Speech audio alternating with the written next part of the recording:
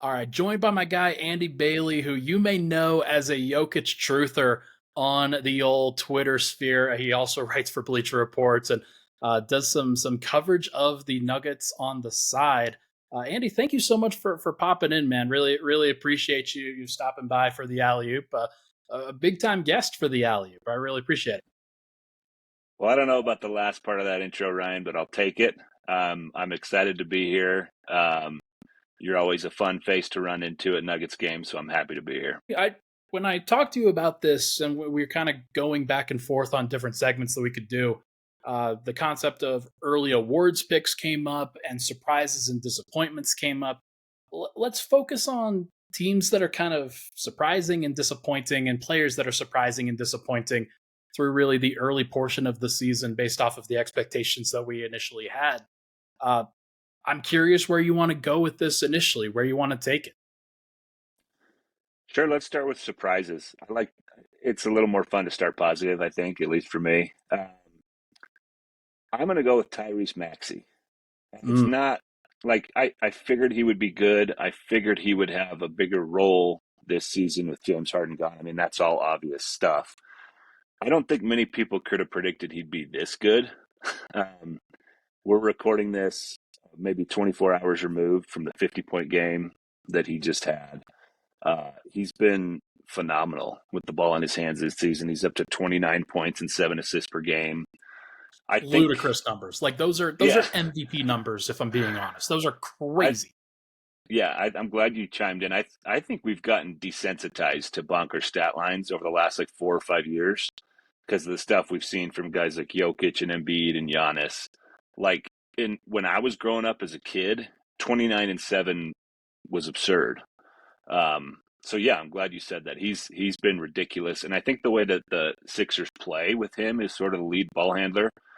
He's not going to be as prolific an assist man as Harden is, but I do think the ball pops a little more in general for the whole team with him in there. Um, it's clearly working. I think I've even heard some people talking about all NBA buzz with him at this point. Like, forget all star. He's probably going to do that. He's going to be in the conversation, at least if this keeps up for all NBA, whether it's third team or whatever. He's off to an absurd start. And again, I knew he'd be good. I can't imagine anybody thought quite this level. I mean, this is craziness in his fourth season. This was, I think, beyond what anybody realistically expected from a guy who was a clearly a good guard, a nearly borderline all-star caliber guard last year. But it kind of, I think, undersold him. The role that he was playing next to James Harden as clearly a secondary ball handler, the tertiary option in an offense that featured Harden and Embiid. And the Sixers as a whole are on my team of surprises. Like they are fantastic to begin this season. They have a strong case to be the best team in the NBA through 10 games.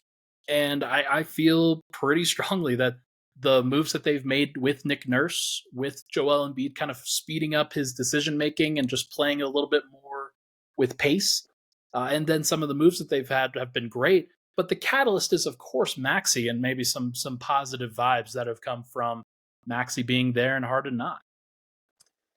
Yeah, I agree with all of that. And as you were talking, I think obviously the big three had its heyday and probably will again at some point.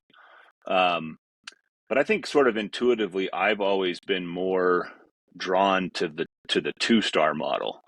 Um, that's obviously what they had with Shaq and Kobe. That's what they had with Jordan and Pippen. That's what just won the title with Jokic and Murray.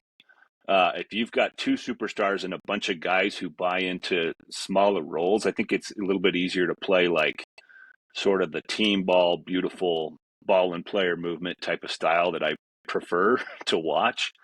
And that's certainly not what the Sixers played last year. It was just constant spamming of the Harden Embiid two-man game, which was effective, but it just wasn't the most enjoyable brand of basketball to watch. And I think the game has really opened up for all those guys, including Embiid.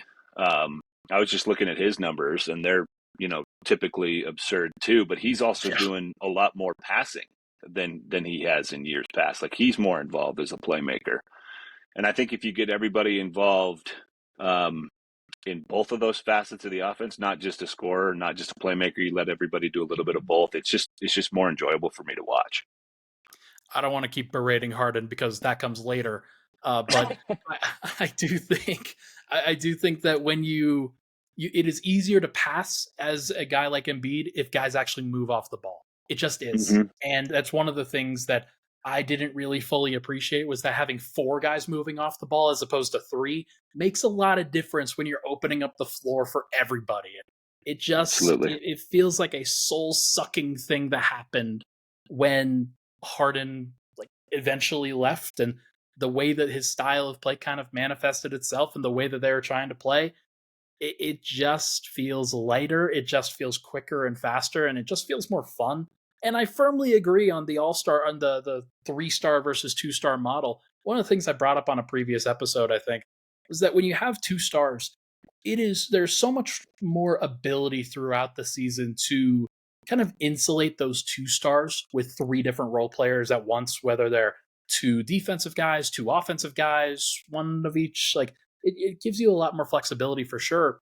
Versus when you have 3 guys, and the Sixers last year were a great example of this, where you have Harden and Maxey in the backcourt. Not exactly a stellar defensive backcourt, and they got burned by that several times because they needed those players to both be on the floor. Now, like you can have D'Anthony Melton out there, and he's tremendous defensively, and like you've got so many different options and combinations. And Kelly Oubre can play the 2, and he's 6'7". By the way, horrible news about Kelly Oubre Yeah, came out that was over the terrible. weekend. Just disgusting, like Yeah. horrible. And like I hope he's doing okay. That whoever kind of did that is caught and like everything's figured out there. But like the Sixers as a whole have been so positive that and honestly, like that feels almost like Sixers fans can't have anything at all because like Kelly Oubre was just such a fantastic piece of their team, and now it just like that's sort of up in the air. So hopefully that is taken care of quickly. And I agree with everything you said on that too.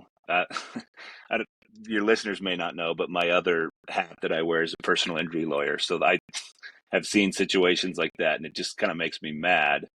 And I almost feel bad talking about this, but they just happen to get a couple of role players who I think can kind of fill that hole left by Kelly Oubre in the James Harden trade.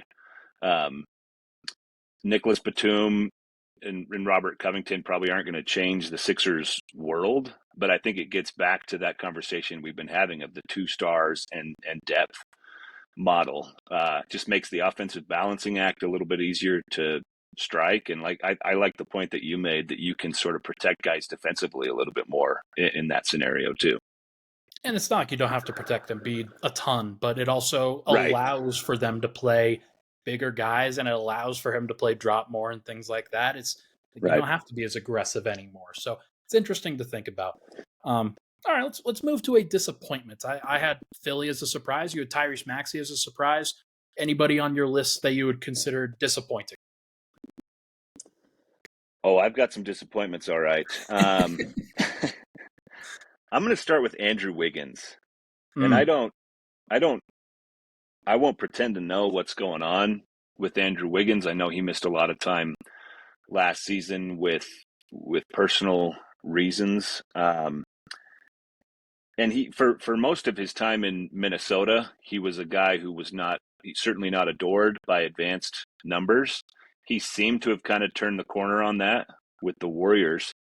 But what he's doing right now falls short of anything that's happened in his career, Minnesota or Golden State. Like he's averaging 10.5 points, shooting 15% from 3. Yeah, Like I just looked up his numbers here and nearly had a heart attack. Like that is it's crazy. Holy cow! Like that is One as assist. strong of a fall off as I've ever seen from a guy. One of the things that made him so valuable in their title run a couple of years ago was how well he rebounded and how well he defended. Right now, he's averaging 3.7 rebounds. He's just having like little to no positive impact on the Warriors right now, and you could almost expand this discussion to be like every non-Curry Warrior. Yeah. Draymond's had his moments as like a defender and playmaker, which he always will. but I'm sure you've seen the stat that keeps floating around. The only other guy that's got a 20-point game for them this season is Dario Saric. Yes. Other than Curry, I mean that goes without saying. Man. Like they're going to have to get something from somebody soon, or they're just not going to be in that Western Conference contenders tier. I'm not sure that tier is going to be as difficult to crack as I thought it would before the season. I feel like the amount of parity in the West is just like off the charts right now. So I mean, it wouldn't surprise me if they went on a run here pretty soon and guys like Wiggins and Thompson get hot. But right now, it's got to be at least a little concerning. Yeah, I mean, going back to Wiggins, a 6.9 PER, a Crazy, minus 8.4 box plus minus is, which is impossible. I mean, that's impossibly low. Yeah. I don't think I've ever seen anything that low from a guy that plays significant minutes. Yeah. Yeah, I mean, stuff like this will normalize, obviously. Like, this is why early season surprises and disappointments, like, we're going to take all these with a grain of salt, of course, because things could change in the next 10 games. But, I mean, that is a reason to have some skepticism about the Warriors in general. I thought that they would be a team that could really challenge for a top 3 seed this year. And to be clear, they still might, like you said. But it is harder to do that when many people thought Andrew Wiggins was their second best player, at least on some lists. I never bought into that, but there were certainly people who did. Yeah. Mm-hmm. Yeah, and the other thing I was thinking about the Warriors, this is kind of tangential now, but they're just kind of old at this point too. And I feel like a lot of people glossed over that over the offseason and the semi-hot start that they had 4 or 5 games ago. All those guys are like those core players are all in their mid-30s. Obviously, Wiggins is a little bit younger, but they're relying heavily on guys that are post-prime. In Chris Paul's case, like way post-prime. And he's done a good job of stabilizing the non-Curry minutes. That was his job. That's why they brought him in. But his shooting percentages have been awful too. At a certain point, somebody other than Curry is going to have to put the ball in the basket. Yeah, no doubt about that. 16 points per game for Clay. He's been steady at about 15 to 18 points pretty much every game, but you just need more than that. You need more juice than that. And their offense has been good off the bench, despite the fact that Chris Paul has not shot the ball well. He's done basically everything else that they've needed. But they're going to need more than that. 20 minutes per game for Jonathan Kuminga, 17 for Moses Moody. Like, those are guys that I thought, hey, these guys could really challenge for some of those minutes and some of that youthful energy that you're talking about here. But that is a concerning thing. If you just look at the shooting numbers for all those guys you mentioned too, like, and again, like 4 or 5 big shooting nights at this point in the season could change that, but Kuminga's shooting 18% from 3. Klay Thompson's less than 35, and I bet league average is probably around 37. Wiggins 15, Chris Paul 16.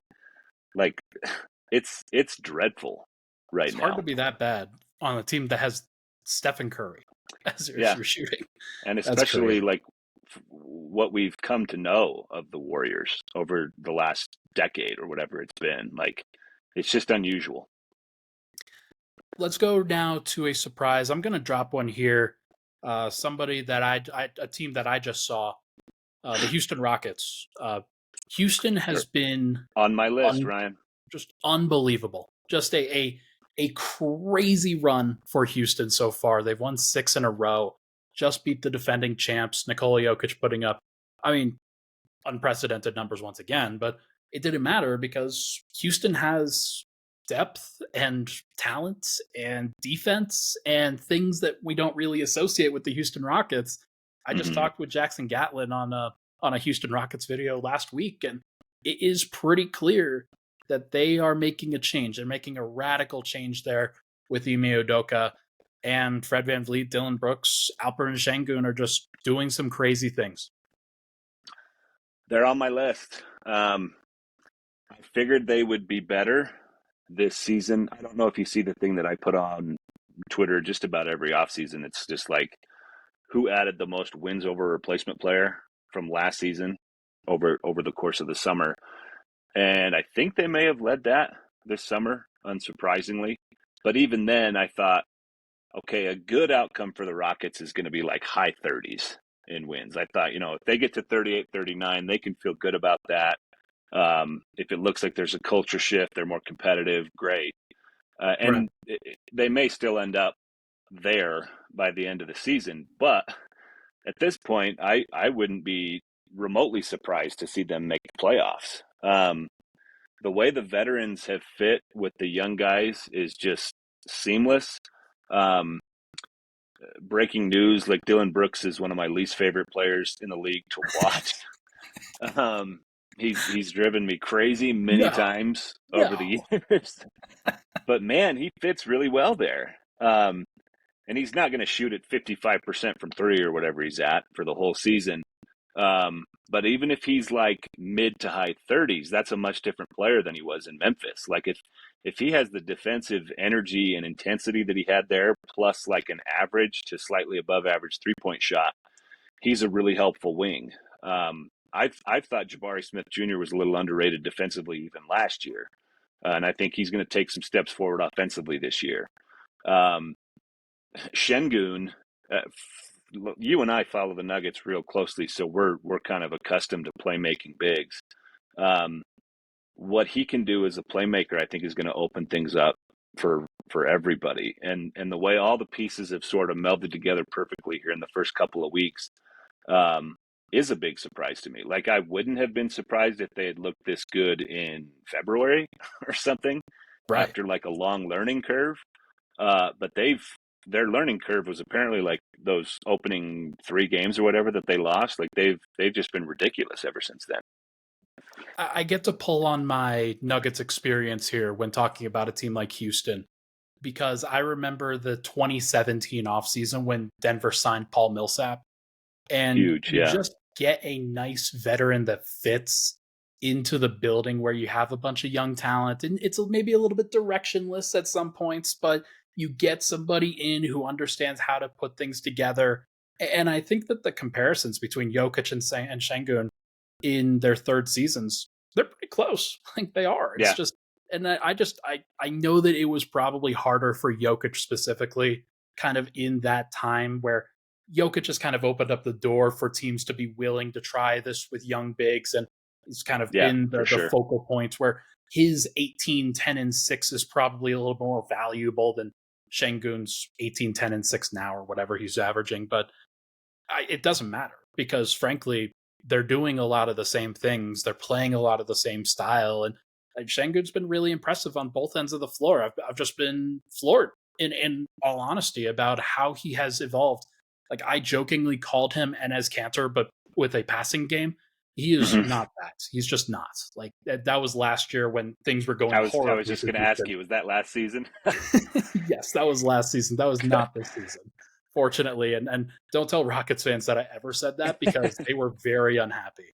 But I no, was he's a star.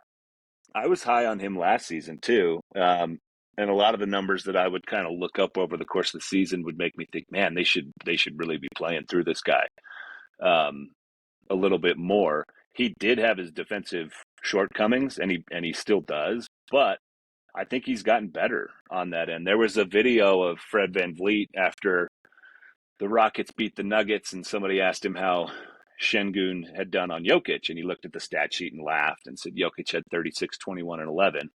And that is kind of funny.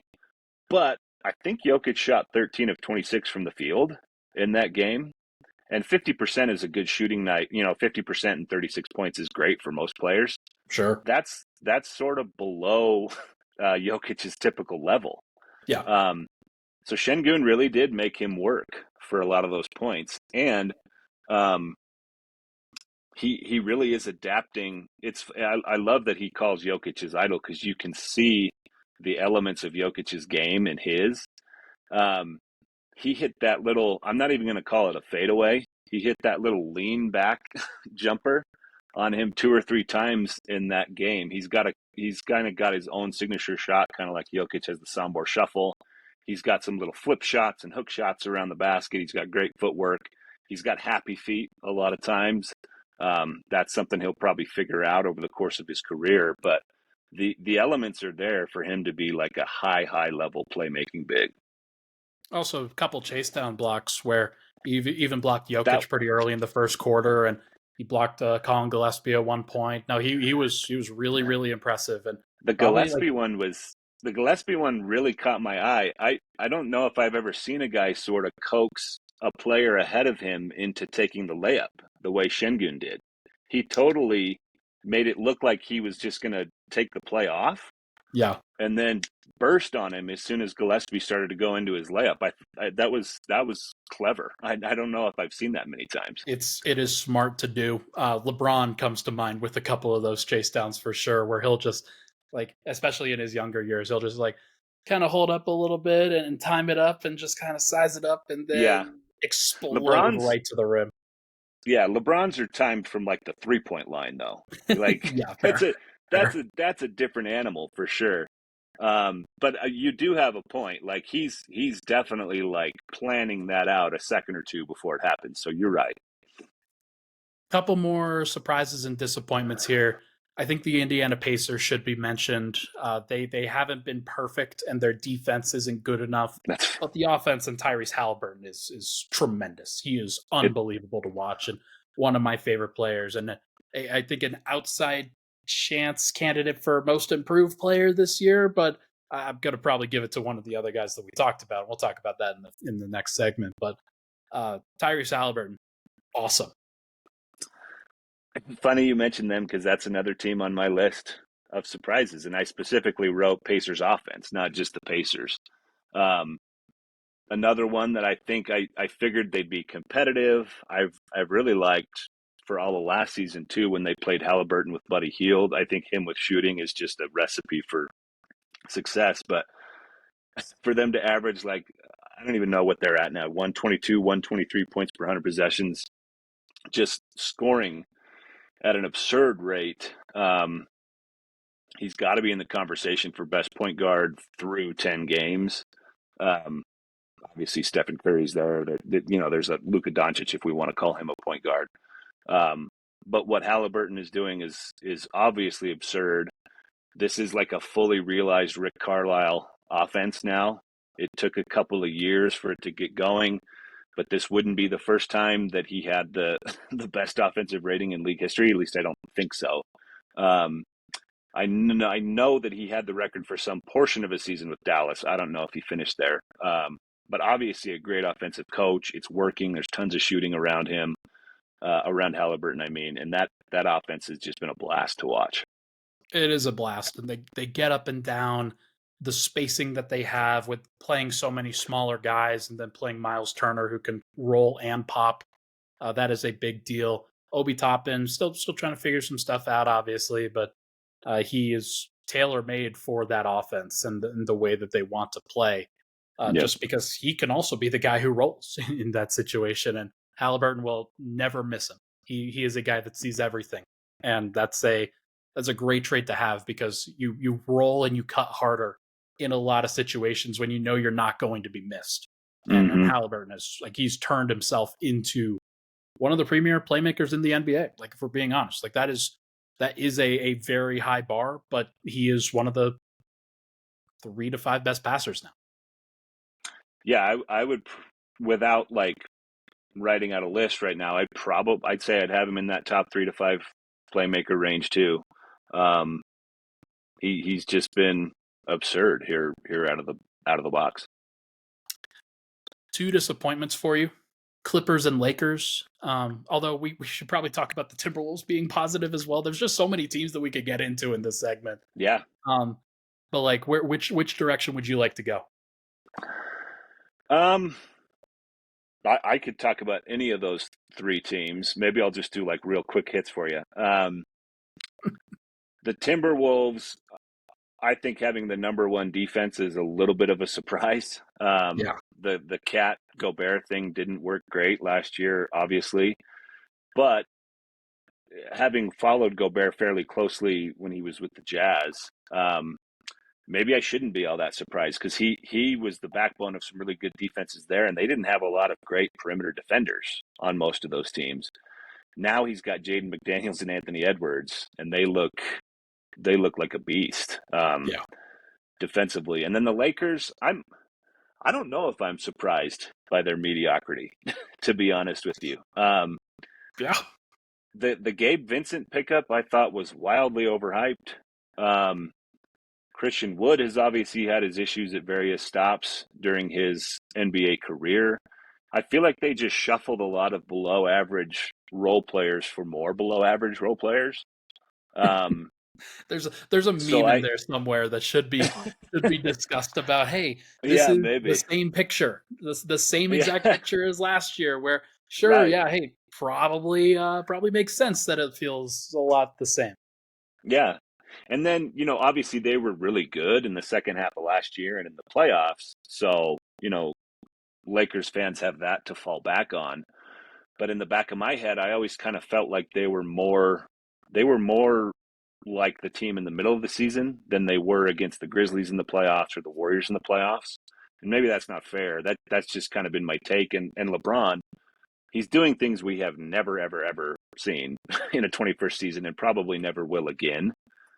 But he's pushing 40 now. Yeah. And Anthony Davis is going to miss games every, 5 or 6.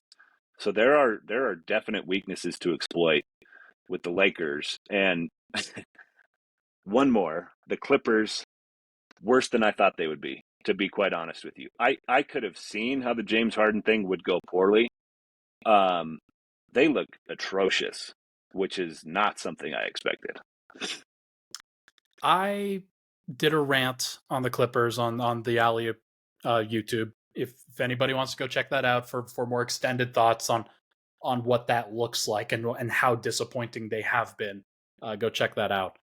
But this is just a monstrosity.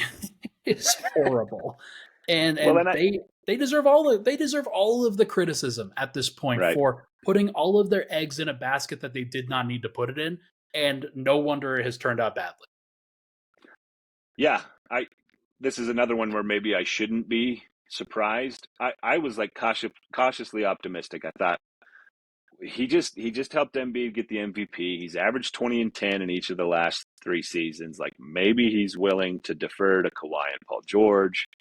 Um, Having said that, when I saw what they paid to get him, I did think, gosh, that's a lot. Like, why would you give up all that for him if you're the only bidder? Um, but man, the puzzle pieces clearly do not fit right now, and somebody's going to have to radically change the way that they play, or Ty Lue's going to have to bring one of them off the bench. Um, and even then, through 4 games, I'm like, is it salvageable? Like they have looked awful. You know who I'm not disappointed in on that team? Russell Westbrook. Like, Right? honestly, Yeah.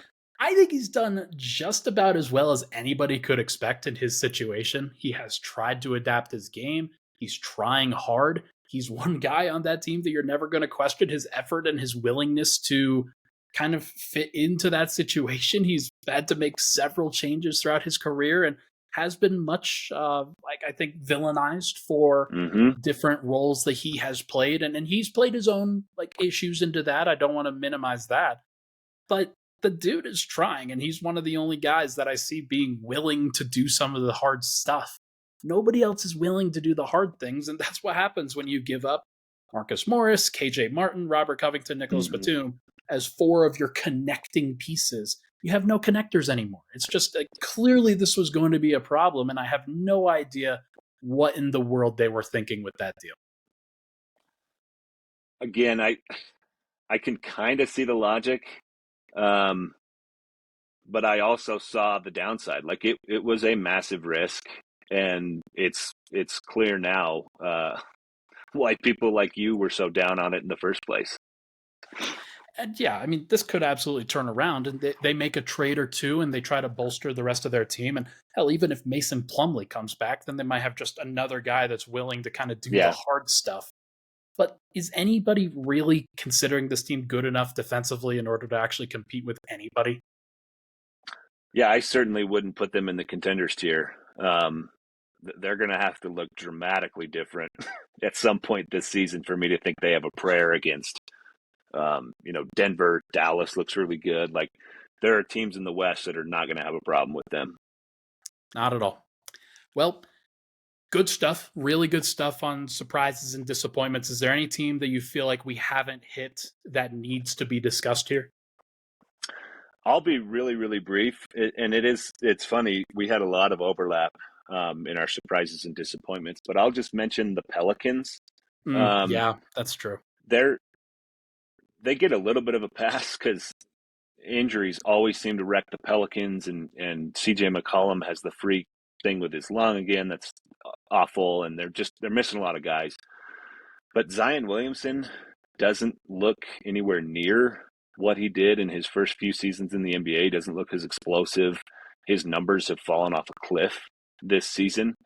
So they're a team I'm kind of paying attention to after a 4-1 start. They're just, I think they might even be below 500 now.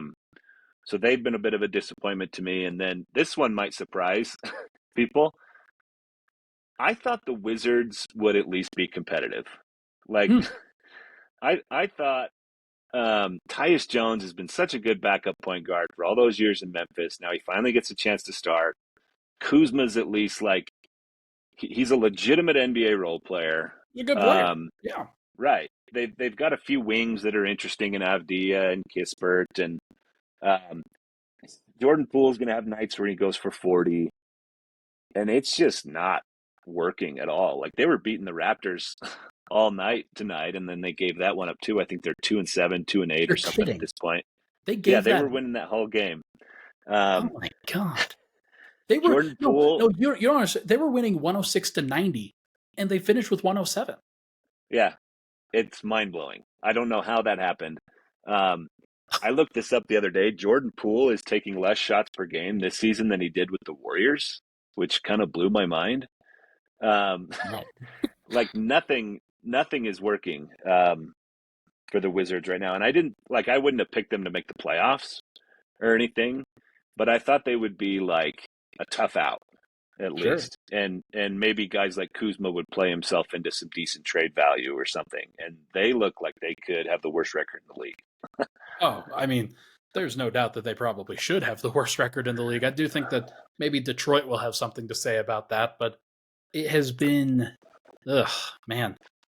That clip that came out of Jordan Poole of just like not paying attention in the timeout and like doing everything. I might have missed that one. Oh yeah, that just came out today. You should go look at that. Okay. Yeah, I'll check that out. It's basically him doing everything but paying attention to the timeout and just kind of making a fool of himself because he's caught on camera doing all this other stuff, like laughing about stuff, throwing towels, not paying attention, yelling at people, like not even really paying attention to the play. And then it's just, that dude needs some extra stuff.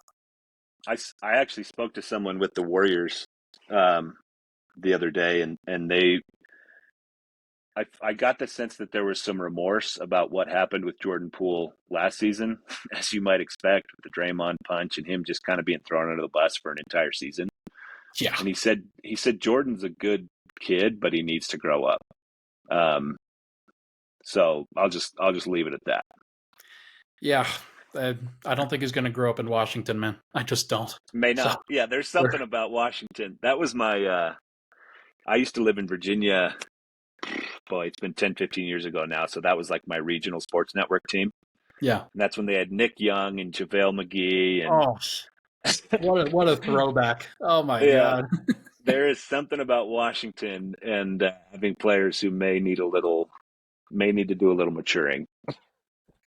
Yeah, they need a culture shift for sure. All right, well, hey, that was our surprises and disappointments, everybody. If you're watching this on YouTube, make sure to go hit the like and subscribe button on the channel. Would really tremendously appreciate that. Trying to grow this from the ground up, and I think it's been pretty successful so far. So get on board on the ground floor if you can. It's only going up from here.